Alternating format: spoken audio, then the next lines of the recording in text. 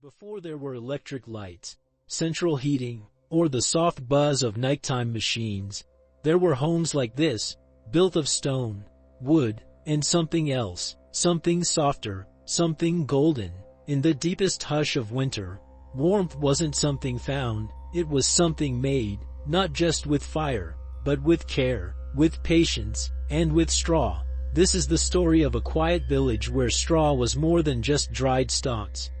It was insulation, it was bedding, it was memory, it limed their boots, their beds, their walls, and sometimes, their dreams. It whispered beneath footsteps and cushioned the cold world into something just soft enough to survive.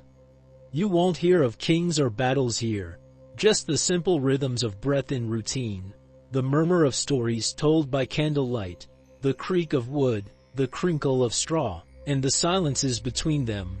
So wherever you are tonight, find a still place, let your bodies soften, let your breath slow, and allow yourself to drift back in time, to a place where warmth had texture, and quiet had weight. You are safe here, you are welcome, and the straw is waiting.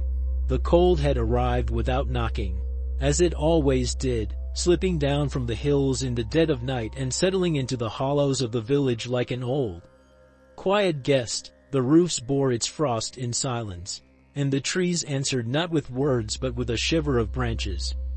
Brittle and bare, beneath the thatch and within the uneven walls of stone and clay, warmth became the most treasured thing. Not gold, not bread, though both were needed, but warmth, the kind one could neither see nor keep, only share, in one small cottage tucked beside a slope where the wind liked to whisper. That warmth came in the form of straw. Straw filled the walls, straw lined the beds, straw was stuffed into boots and sleeves, tucked beneath blankets, and packed into corners where drafts liked to creep in like gossip. It smelled of dry earth and sun-bleached days. It rustled softly with every movement, a whisper reminding the family that while the fire might dim, the straw held fast. On that morning, before even the rooster dared to test the frozen air, Elric stirred beneath a heap of wool and hay. His breath came out in clouds, visible even indoors, and he tucked the last corner of the straw blanket tighter against his chest.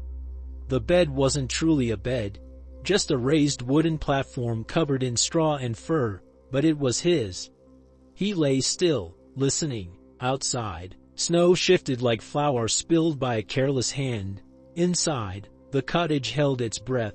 Somewhere to his left, his sister Mara turned in her sleep. The straw beneath her crinkled like old parchment, and for a moment, he imagined the sound was of distant scrolls turning themselves. His mother, Lisa, was already awake. He could smell her, stale wool, boiled root, and the faintest hint of pine oil she rubbed on her joints in winter. She moved slowly in the dark, gathering kindling and coaxing last night's embers into life with a breath that seemed both ritual and rebellion against the cold.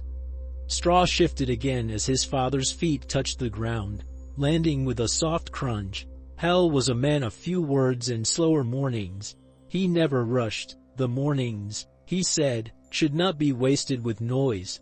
They should be entered like a chapel, quietly, with reverence. And so they did. The family rose not all at once, but in turns, each waiting until the one before had stirred the space into warmth. It wasn't laziness, it was rhythm. Outside, the sun had not yet dared the sky, but inside, the first hints of warmth bloomed from the hearth. Elric sat up, brushing straw from his hair, and reached for his tunic, still damp from yesterday's snow. It crackled in his grip, frozen stiff at the shoulders. He grimaced and pulled it on anyway. The straw beneath him shifted again, adjusting to his weight like an old friend making room. In the center of the room, his mother had lit the smallest of fires, not enough to warm the house, but enough to warm her hands. She sat cross-legged before it, breaking twigs into even smaller pieces, whispering to the flames as if bartering. Outside, the sky began to shift from black to ash. Smoke rose from a few distant chimneys. Though most still slept, the cold was honest. It did not pretend to be something else. But in its honesty, it demanded respect. Elric and his sister moved slowly, not from sleep but from caution. Their movements were deliberate, each breath carefully managed, as if too sudden an exhale might crack the air in two. The floor was cold stone. Their feet found woven mats and scraps of wool.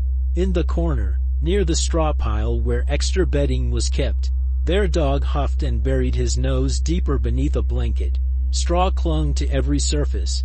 It poked from beneath door frames, hung from rafters, slipped from their sleeves. It was everywhere, and in being everywhere, it became invisible. But that morning, as the sun finally touched the edge of the cottage through the frost-glazed window, Elric saw it differently. He saw the way it caught light, how it turned from gold to shadow and back again, how it softened every edge, blurred the cracks in the walls, quieted the world. He stepped outside into the frost, breath catching in his throat. The village still slept, though the first signs of life began to emerge. Smoke, footsteps in snow, a far-off cough, and always, that sense of ruffled straw beneath every threshold. The fields lay quiet, blanketed not just by snow but by memory. It was here they had harvested the straw. It was here the children had played games with it in autumn, throwing handfuls at each other until their mother shouted and their father smiled behind her. It was here that warmth had been grown, cut, bundled, and stored for moments just like this one. The cold was a given. The straw, that was the answer. And as Elric turned back toward the door, his fingers numb but his chest full, he realized what made the morning special.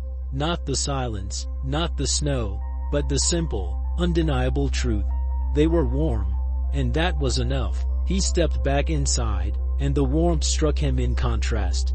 Not because the cottage was hot, but because it held intention.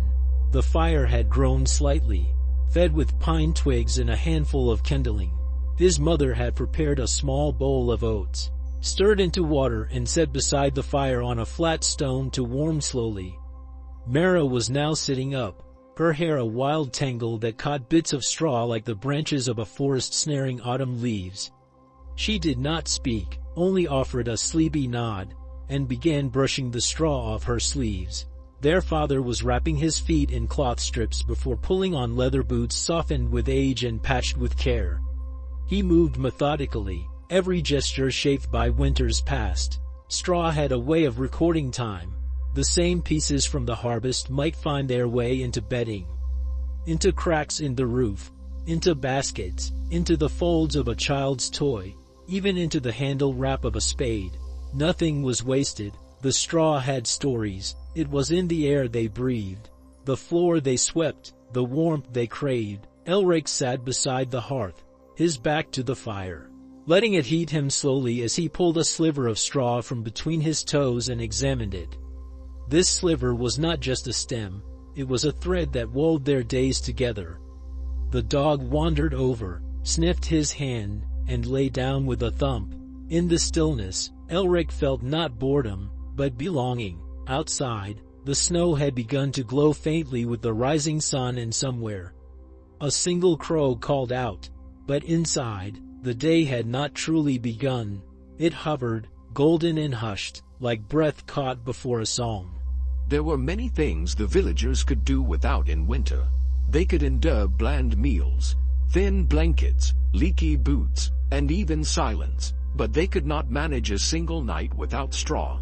It was not merely a matter of convenience, it was survival. Deeply woven into every hour, straw was not beautiful, nor did it carry the weight of glory like iron or gold. It was humble, brittle, yellowed, and easily overlooked. Yet when the frost came, it became a kind of miracle. A wall stuffed with straw stopped the wind. A floor layered with it muffled the cold. A bed packed tight with it kept a child from coughing through the night. Even the animals understood its worth.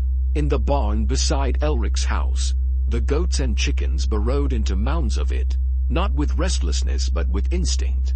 They knew that straw meant warmth, and warmth meant life. The loft above the stable, where extra bundles were kept, was like a treasury of heat. Elric often climbed up there with Mara just to sit and bury themselves in the dry stalks. pretending they were kings of comfort ruling over a kingdom of golden rustle.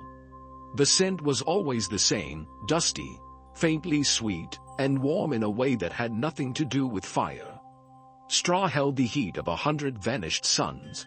In the weaving shed near the center of the village, women sat around a pile of straw remnants, using them to stuff cushion covers, line baskets, and reinforce the bottoms of their shoes. They joked that straw had more lives than a cat. It began in the fields, bowed to the sickle, dried in the sun, then was threshed and tossed and sorted and stored.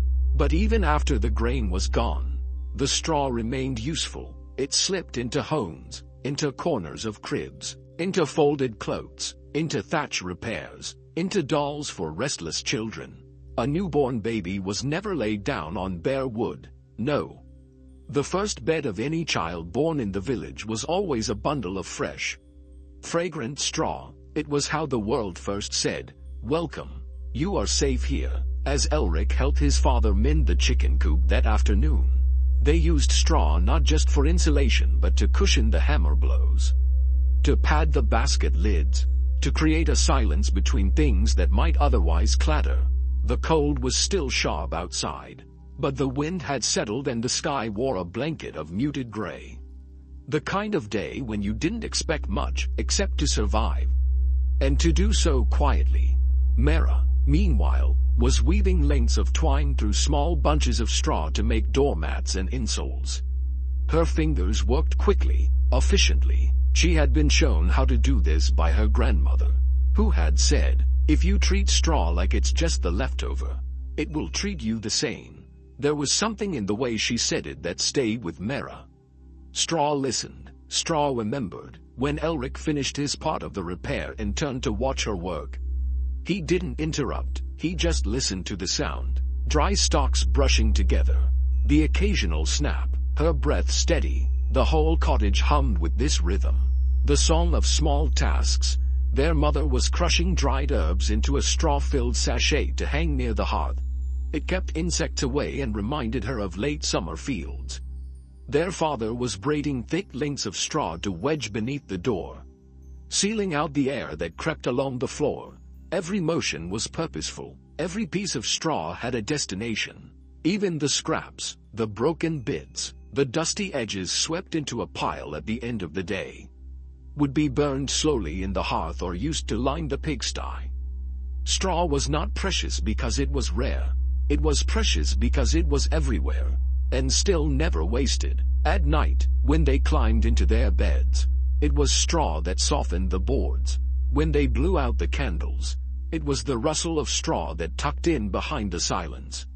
When they dreamed, it was often in rooms built with straw, on beds layered with it, in warmth not owned but shared. Elric once asked his father what made a home a home. His father, who was not a man of long explanations, had simply picked up a handful of straw, crushed it lightly in his hand, and said, "When this matters to you more than the walls." That evening, as the family gathered around the small fire with a pot of root soup bubbling low and steady, the warmth wasn't just in the food or the fire. It was in the straw beneath their feet, in the way their cloaks felt thicker from the stuffing sewn into their seams, in the way the air no longer bit but simply lingered, hushed and golden. And as the snow continued to fall outside, soft and steady, the straw waited. It made no claims, asked for no thanks. It was simply there, holding the warmth, and holding them. And as darkness thickened beyond the windows and the embers in the hearth glowed deeper red, Elric found himself thinking not about the cold or the chores of tomorrow, but about how many hands the straw had passed through, from the field workers who cut it, to the millers who bundled it, to his own mother who tucked it into his pillow. The warmth he felt was not born of magic, but of many quiet labors strung together. He thought of how straw traveled without legs, how it had seen the inside of every home in the village, how it lined the resting places of infants and the sickbeds of the elderly, how it cradled both beginnings and ends. It was there when his cousin was born 2 winters ago, wrapped tight and laid on a straw-stuffed cot, and it had been there when his grandfather passed, blanketed beneath layers of the same golden strands to keep the chill from stealing him too quickly. Straw did not judge the season or the age of the one it comforted.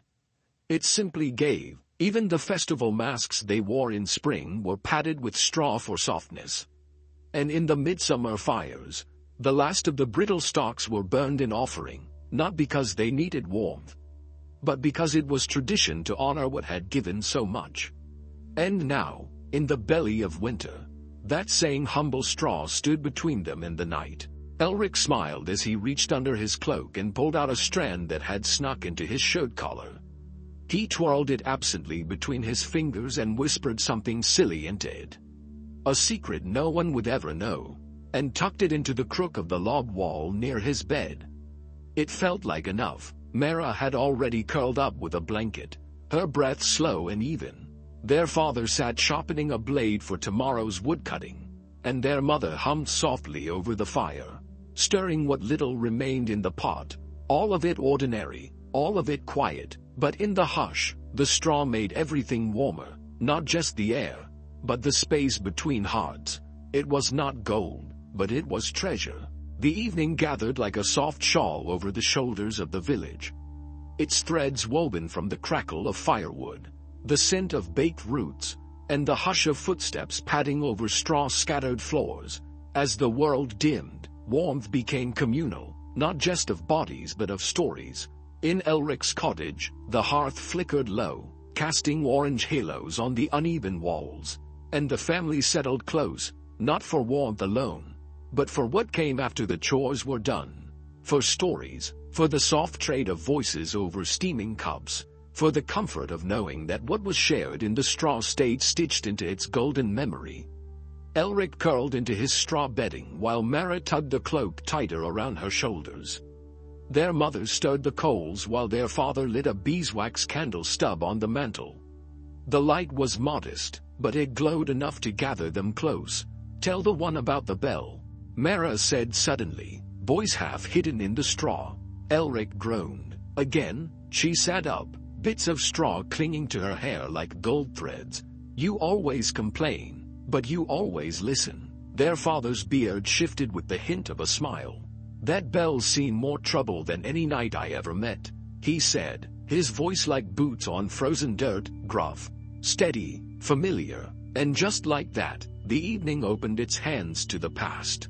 The first winter after the bell was hung. He began. The wind blew harder than any year before. It was said even the wolves were too cold to howl. And yet, that bell rang every morning. Though no one ever pulled the rope. Mara leaned in, eyes wide. Was it ghosts? Elric snorted. It was the rope unraveling in the wind. "That's what we thought," their father said, "until we tied the rope up inside. And it still rang." Their mother shook her head, but she smiled into her sewing. "What nonsense," she said, "but that sound got us out of bed, didn't it? Only because we feared what would happen if it didn't rain." Her husband replied, "A village that quiet is a village holding its breath." Elric pulled his blanket tighter. "Didn't old Mira claim it was her husband's spirit?" "She did," his father said, "but she also once said a squirrel stole her ladle. So let's not trust every ghost story." Mara laughed, half falling into the straw. "I like her stories better than yours," she declared. "Hers involve witches and flying goats, and mine involve surviving frostbite and fixing roof leaks." He replied, deadpan, far more heroic. Their mother set her sewing down and stretched her fingers. "My grandmother used to tell a tale about a straw doll that came to life. She said she made it to scare away crows, but it started talking at night, asking questions." Elric blinked. "What kind of questions?" "The kind no one wanted to answer," she said, a flicker of mystery in her eyes. "Like why the harvest had failed, or where the milk had gone." Mara shivered with delight. "Did it walk?" "No," she said. "It waited. The scariest things don't chase. They watch." Silence followed, but not the cold kind. The warm kind, where thoughts shuffle like old slippers and imagination thickens the air. Elric plucked a piece of straw from the mat and twirled it between his fingers. "I think straw remembers stories," He said, "Why not? It listens to everything." His father nodded slowly. "It might," he said. "It's in every corner. Maybe it catches the words we forget, and the ones we whisper." Their mother added, "When we think no one hears." Mara yawned, blinking slowly. "Tell the one about the frozen goose," she mumbled. Elric brightened. "Oh, the goose that laid ice cubes instead of eggs." Their father groaned, mock pained. "I knew teaching you to tell stories would backfire." "You didn't teach me," Elric said, grinning. "I learned from Mira, and she said the goose wore a scarf and refused to migrate because she liked snowball fights." "Lies," Mara whispered sleepily. "All of them," but her smile was content. Outside, the snow whispered against the roof. The fire popped, the smell of straw mixed with soot and wool in childhood. Their mother retrieved a pot from the hook and poured warm barley milk into clay cups. "Drink," she said softly, "before the stories get cold." They drank, and the stories continued, not loud, not grand, but slow and winding, some true, some less so, all stitched into the straw beneath them, into the rafter above, into the night. They spoke of the winter when the goat got inside the pantry and ate an entire basket of dried apples. Then blamed the cat, of the year the wall froze and they had to melt snow with heated stones until spring. Of the neighbor who swore he could smell frost before it arrived, and always wore garlic in his boots to keep the cold out. Of the boy who tried to woo a girl by carving her name into the frost on every cottage door, then got caught and had to shovel snow for a month. Laughter warmed the air more than the fire. And as Mara nodded off mid-sentence and Elric's voice grew quieter, the cottage shrank around them, not in space, but in size of care. The outside world melted to nothing but wind and white. Inside, there was straw, and family, and stories that would rise again tomorrow, wearing new names, wrapped in old voices, nestled like secrets into the golden folds of straw. Their father leaned back against the post, his cup now empty, his fingers warming along the rim. "There's a tale my father used to tell," he said quietly, voice nearly lost in the crackle of the fire, "about a night so cold the stars froze in place, and anyone who made a wish on them that night had it come true, so long as they whispered it into straw." Elric squinted. What did people wish for? Their father shrugged. Health, a good harvest, a kind winter. No one wished for riches. What good is gold in a season where only warmth matters? "Did you ever try?" Mara asked. He hesitated. "Once, I whispered for our goat to have twins. And she did." "That's just probability," Elric said, ever the skeptic, but his father smiled and didn't argue. His stories didn't ask for belief, only listening. They continued with the tale of the wandering minstrel who played a harp strung with horsehair and slept only in straw piles, claiming they hummed back the tunes he played. Of the child who could always find her way home, no matter how thick the snow, by following the scent of straw her mother had trailed in handfuls behind her. Of the boy who heard music in the straw and followed it so far into the fields that he came back a man. The candle burned low, the fire dimmed to embers, and yet the stories spun on, soft, as if drawn from the very steam of the barley milk, or rising from the straw itself. Each voice gave way to another. No introduction needed, just a glance or a gesture, a rhythm, as natural as breathing, the kind of rhythm that doesn't hurry or pause, but simply moves, like the snow outside, still falling, still blanketing the village in white hush. Mara eventually fell asleep, her head on their mother's lap, her arms curled into her chest like a kitten tucked in hay. At last, only Elric and his father remained awake, the fire little more than a glow. "Why do we tell these stories?" Elric asked, not out of cynicism but genuine wonder. His father looked toward the small window, rimmed with frost, then back to the flickering shadows on the ceiling. "Because winter is long," he said, "and stories are warmth when the fire runs low." He reached down and adjusted a piece of straw near the base of the fire. Like a gesture to underline his thought, Elric nodded, and with no further words, they listened to the last of the crackling logs. That night, Elric dreamed of bells and frozen stars, of straw dolls that whispered, of goats in scarves and songs that only straw could hear. And though you would forget most of it by morning, some part would remain, tucked deep inside the folds of memory, soft, dry, and golden, like warmth waiting in the quiet hours before dawn, when even the embers seemed hesitant to glow.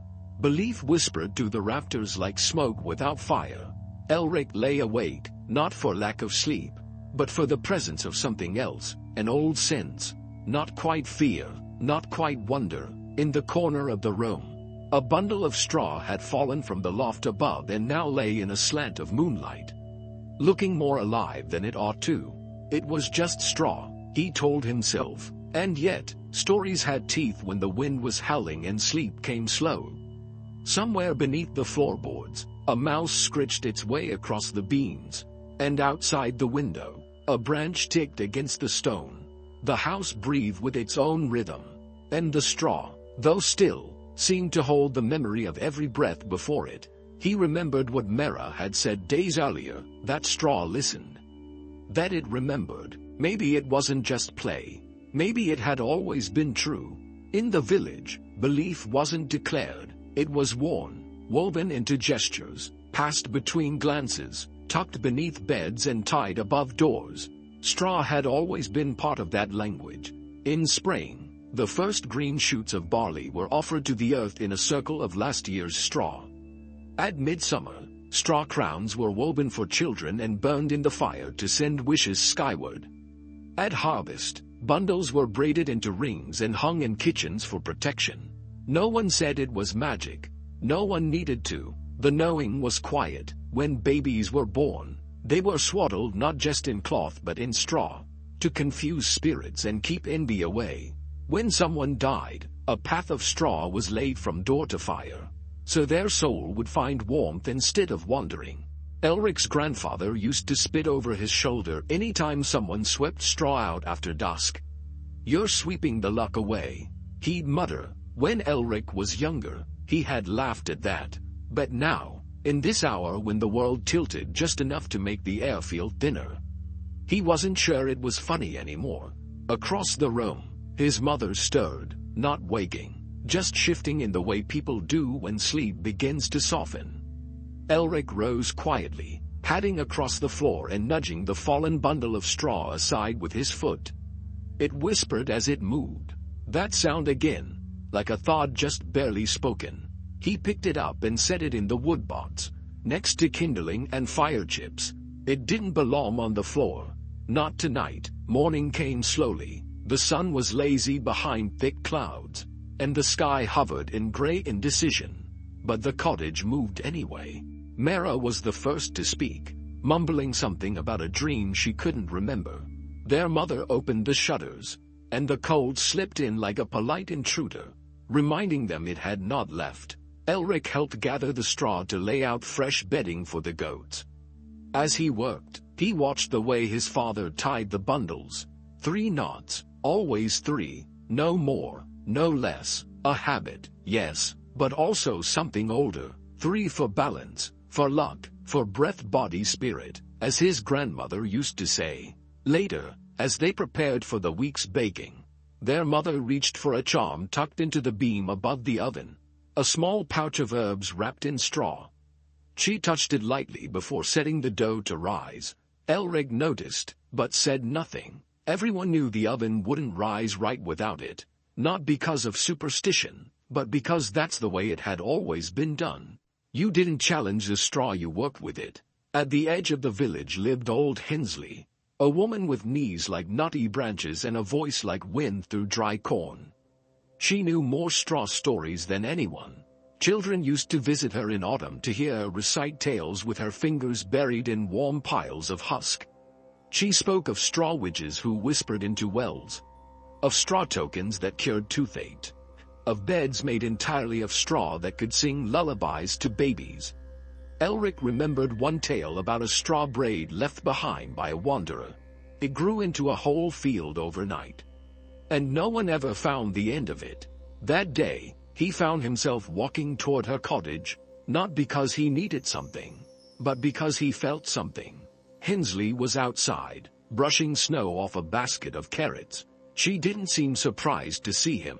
"Dreamed of straw last night?" she asked. He blinked. "How'd you know?" She smiled with half her teeth. "You've got that look, like something wants to be remembered."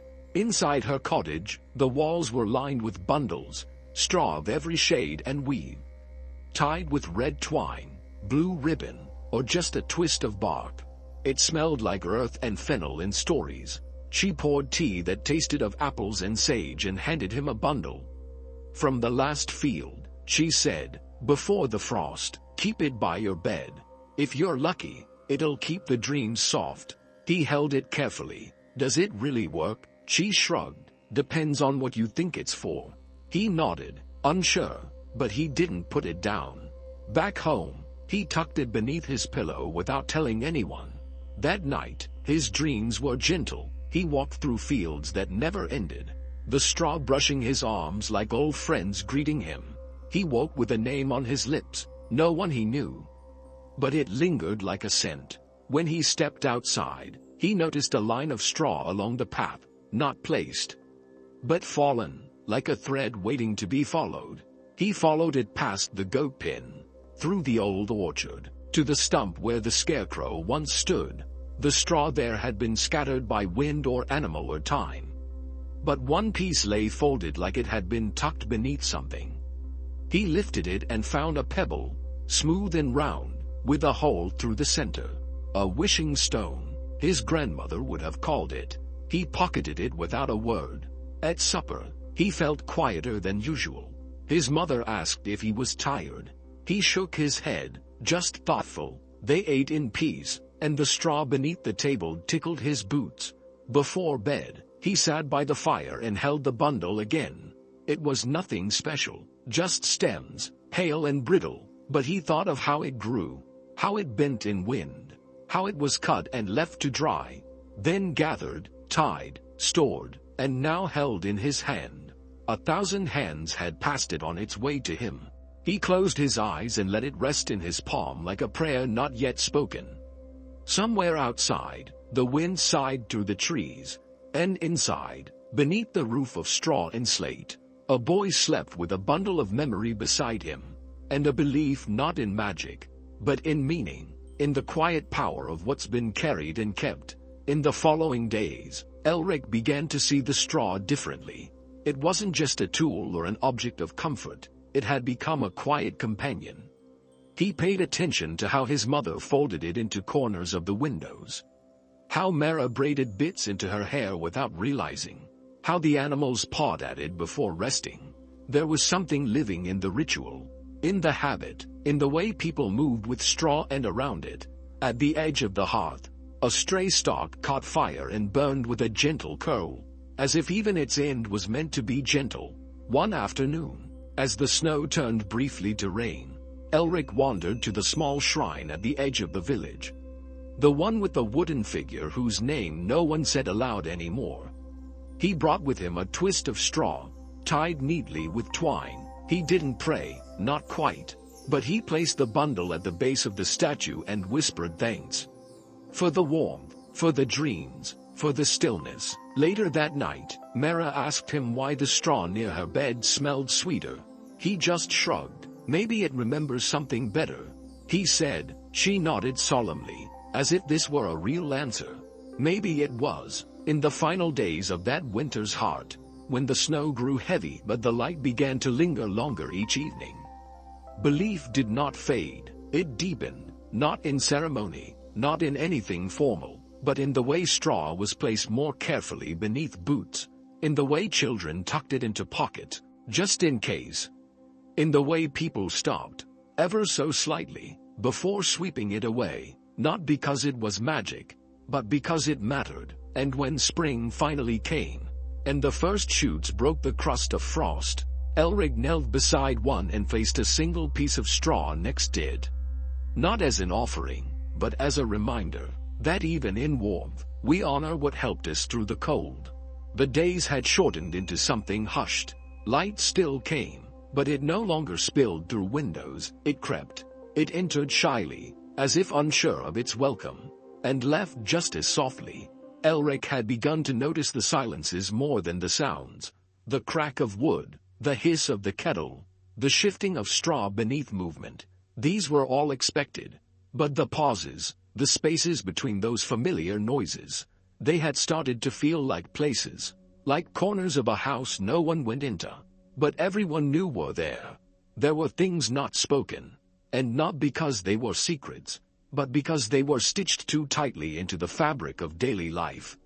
Elric had seen it first in his grandfather's eyes, how he stared into the fire longer than seemed necessary. How he would touch the wooden beam above the hearth with 2 fingers as he passed. Not every time, but often. No one asked him why. No one needed to. It was one of the many rituals that lived in silence, like the way his mother would hum a certain tune only when she thought no one was listening. Or the way his father never stepped directly onto the 3rd floorboard near the table. Even though it hadn't creaked in years, these were gestures woven into the rhythm of winter, into the stillness that asked not for noise but for notice. He thought of the way Mera had stopped speaking at dinner for 2 days after a dream she couldn't explain. Not out of fear or drama, just something unshareable. When she finally broke the silence, it was with a small joke and a smile that didn't quite meet her eyes. No one pressed her for the story. They simply accepted the gap and let her re-enter the world in her own time. That was how winter worked. Not everything survived the cold. Some things had to sleep inside people, curled tight like a seed, waiting for thaw. The cottage, too, held its share of unspoken things. A crack in the wall that no one sealed, because it let the wind sing a certain note that made them feel less alone. A cupboard that had not been opened since Elric's uncle died, its contents long since forgotten but left untouched, out of respect or maybe superstition.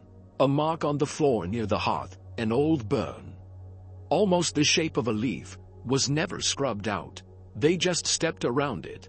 Their father once said that homes remember, and that it's best not to erase what they choose to keep. Elric didn't ask what that meant. He just nodded, and later that night, pressed his palm against the place where the wall dipped inward, just slightly, as though it had taken a deep breath once and never let it out. These were the details that made winter feel larger than it was. Not the snow, or the frost, but the way it slowed people down enough to notice.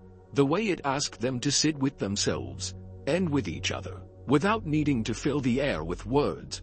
That kind of quiet was different from silence. It was not empty, it was full of everything they couldn't quite say. On one of the colder evenings, after the wind had howled through the valley and taken its voice with it, the family sat without a story. No one had one to tell, or rather, they all seemed to feel that whatever was inside them was better left resting. So they listened instead, to the creak of rafters, to the crackle of straw under shifting legs, to the breathing of the house itself. Mera leaned against her mother's shoulder. Elric traced the rim of a cup with one finger. Their father sharpened a small knife, slowly, not to cut but to feel the rhythm of movement. It was in that quiet that Elric noticed how much could be shared without speaking. He remembered hearing once that some winters took more than just crops. They took memories too, softly, the way snow covered footprints until the path disappeared. Maybe that was why people clung to small rituals, not to protect against loss, but to remember what mattered enough to repeat. That night, before bed, he tucked a piece of straw beneath his pillow, not for dreams, not for magic, but for continuity. The same piece he had touched the night before, and the one before that. He didn't tell anyone, he didn't need to. Morning came, gray and slow, with frost on the windows and silence in the air. But in that silence, there was a fullness, a presence, as if the house itself was watching over them, holding their quiet, their griefs, their affections, in the hush that straw always seemed to carry. And so, without announcement or permission, they began to move through the day again. As always, with pauses, with presence, with the understanding that not every warmth needs to be named aloud. Elric started paying attention to other people's silences, how the old man at the edge of the village, who had once carved toys for every child, now spent his afternoons with a piece of wood that never became anything. How he whittled, and stopped, and stared into the grain. How he smiled without speaking when Elric passed by, or the way their neighbor Yori, who used to sing while hanging laundry, now hummed only when it snowed, as though the white hush of the world gave her permission to remember things she didn't want to explain. He began writing things down, not full stories, just fragments, bits of memory, overheard phrases, the shape of a snowdrift against a stone wall. He tucked the pages under his mattress, unsure why he needed to keep them. Maybe so they wouldn't be lost, maybe because one day, the silence would become too heavy, and he'd need to remind himself of the small things that once made it lighter. One day, he found a feather tucked inside the straw basket where they kept onions. No one claimed it, he kept it. It smelled of dust and time in sunlight. He didn't ask why it was there. He just folded it in cloth and placed it in the same drawer where his mother kept bits of string too short to use but too strong to throw away. It was not grief, it was not longing, it was simply attention. And when, weeks later, the snow began to melt and the paths became mud, Elric still carried the feather in his pocket, not because it meant anything, but because it had meant something once. And that was enough. As spring crept closer, the family began opening the shutters earlier, letting in the uncertain light of late winter mornings. It changed the way the rooms looked. Shadows lengthened, dust danced in the air. The straw, once tucked tightly against doors and in boots, began to scatter, bits of it curled in corners, under tables, clinging to socks and hems and the tongues of shoes. Elric swept it carefully each morning, not to throw away, but to gather. He placed it in a bowl near the hearth, a ritual no one had taught him. He noticed that others in the village had started doing the same. Bundles of straw tied with ribbon or twine began to appear in windows, on door frames, at the base of trees. Nothing was said, no festival announced, it was just what people did. His father added a new braid of straw to the tool shed and nailed it above the doorframe without comment. Mara pressed a bit of straw into the spine of her worn storybook. Their mother slipped a few golden threads into a letter she sent to a cousin far away. No explanations, no reasons, just presence. The things not said became the things most known. And as the frost began to pull away from the earth, revealing damp soil and tiny shoots, Elric realized that winter had not been endured. It had been held, by straw, by silence, by everything they chose to keep without saying why. On the morning the first birds returned, Elric placed one last handful of straw beneath the windowsill, where the sun now reached. He didn't look back as he walked away, but he smiled. That night, as the last fire of winter crackled low and the family sat in shared quiet, Elric unfolded one of his hidden pages and began to read aloud. His voice was soft, uncertain at first, but steady. The story wasn't long, just a few lines, a moment about Mary's dream, about the sound the snow made that morning, about the crack in the wall that looked like a river. No one interrupted. When he finished, there was no applause, only a nod from his father, a quiet touch on the hand from his mother, and a contented sigh from Mara. The straw in the room caught the firelight and seemed to nod with them. He tucked the page back into its place and closed his eyes. The silence around him now threaded with meaning, the kind that doesn't fade in warmth or noise or time. Just before sleep, he whispered a name, one that meant nothing to anyone else, but had lived in his thoughts for weeks. He whispered it into the straw, and in the dark, the straw said nothing, but it kept the name, the way it kept every small thing they gave it, without question, without judgment. Night came, as it always did, but now with a gentler voice.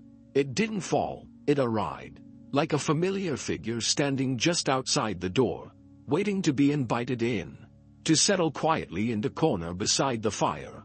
In the stillness that followed the last chore, the last sip of barley tea, the last breath of cool air before the shutters were drawn, the cottage felt not smaller, but safer, a hush not of absence, but of fullness, within these walls, where straw held the memory of warmth and whisper.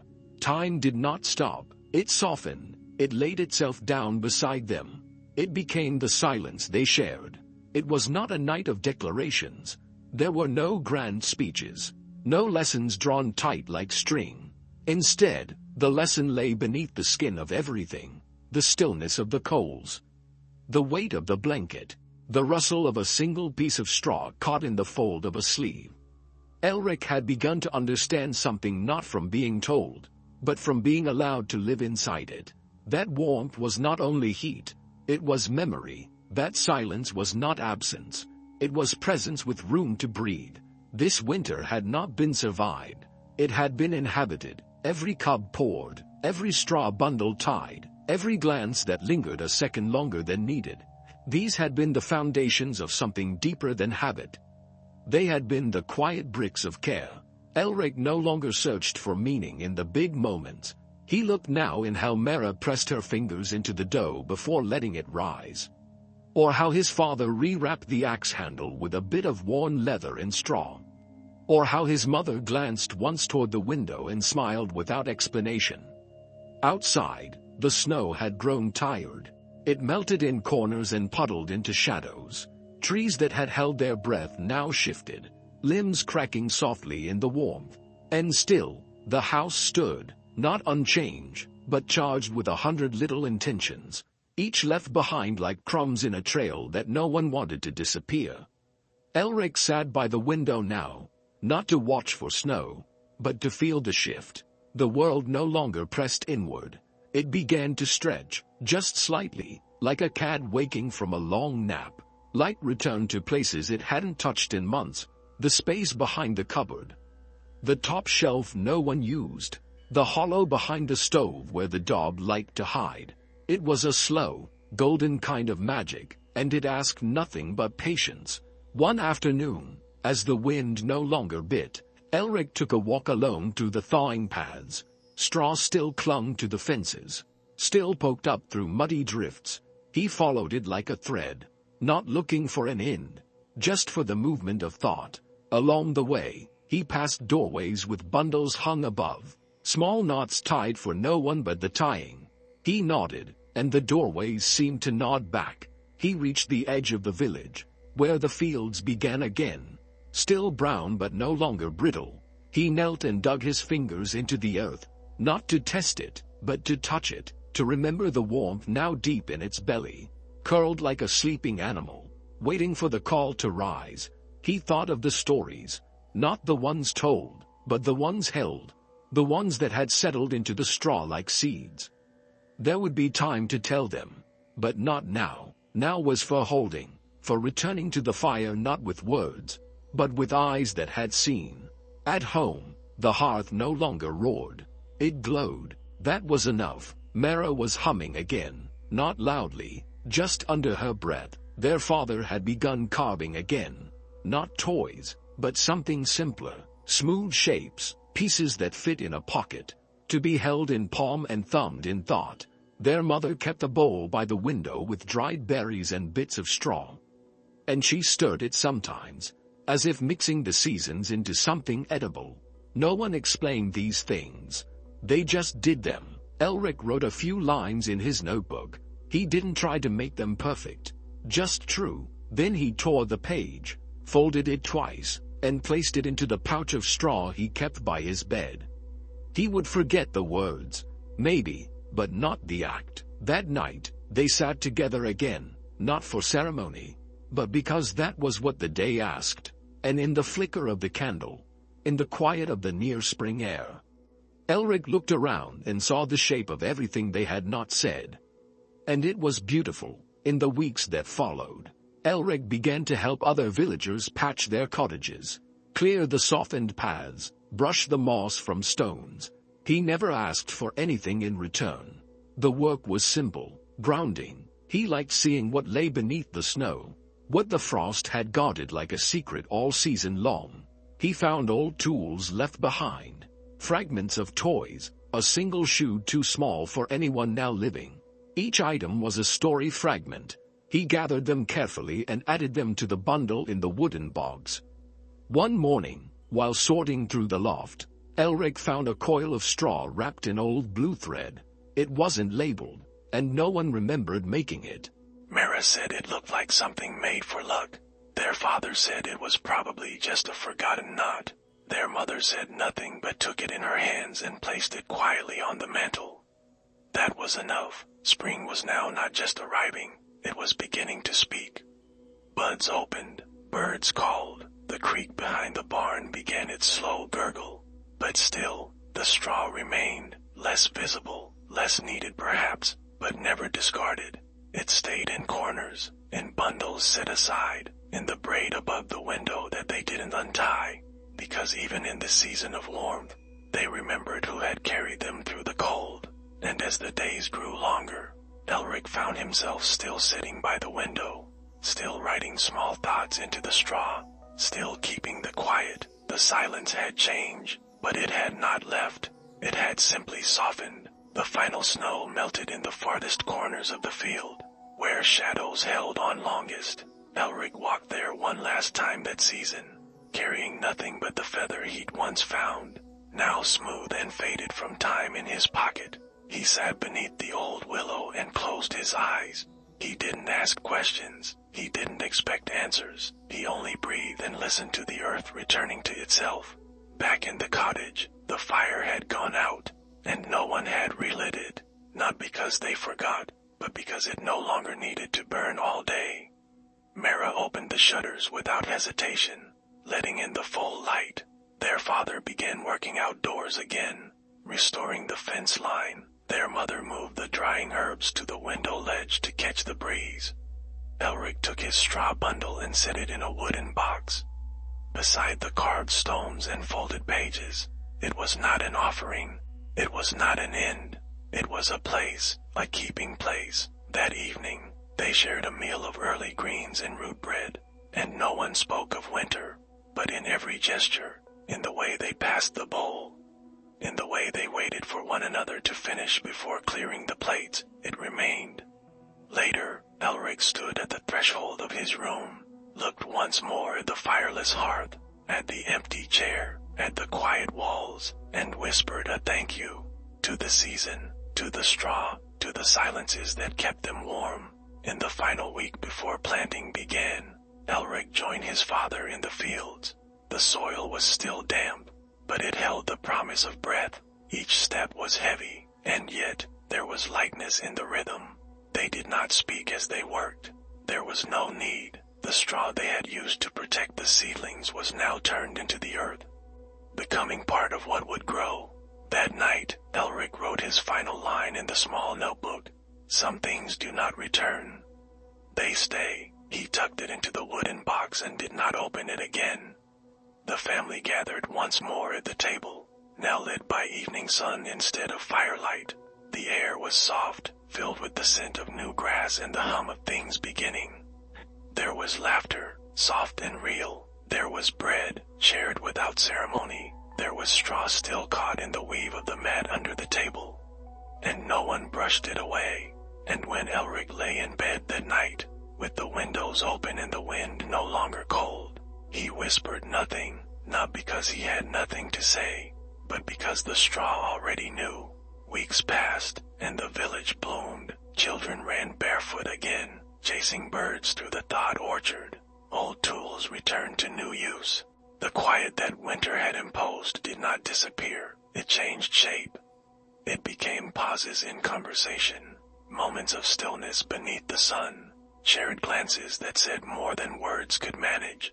Elric continued to walk the familiar paths, now green and muddy, and found himself stopping to notice things others walked past. A piece of ribbon tied to a tree root, a scrap of wool wedged between stones, the curve of a straw braid barely visible beneath a patch of moss. He no longer needed to keep the straw under his pillow, but he still did, not for belief, not even for memory, but for continuity, for the feeling that some part of winter, some soft invisible thing, had followed him into the warmth not to haunt, but to hold. And as the stars returned to their spring constellations, as the village turned outward forward again to greet the light. Elric kept one last page folded in his coat, not to read, but to carry, because the story was never meant to be told all at once. It was meant to be lived, quietly, season by season, line by line, in every straw that still whispered when no one was listening.